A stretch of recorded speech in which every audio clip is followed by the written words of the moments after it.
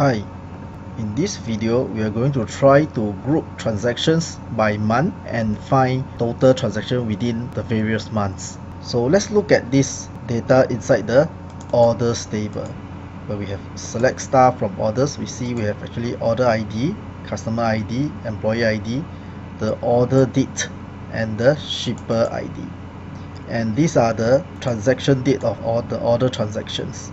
So firstly, we try to select the order date from the orders, and when we run, we only have the order dates, and we find that actually there's a lot of dates. This is in year, month and the day.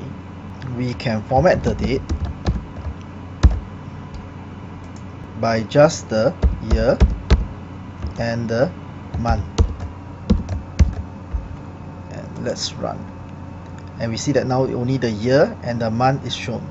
And you look through, there's many transactions in the month of July and some in August and various months.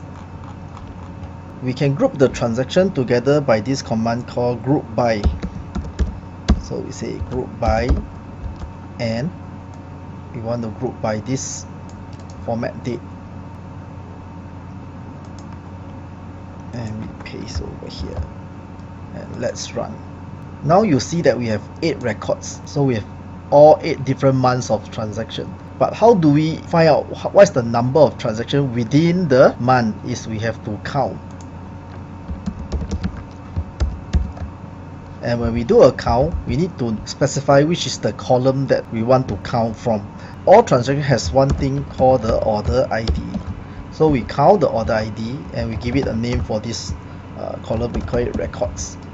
So when we run, from here we can see that there's actually 22 orders in the month of July 1996, and there's 25 orders in the month of August 1996. This is the end of the simple video showing you how to find out the number of transactions within a month. I hope this tutorial is helpful for you.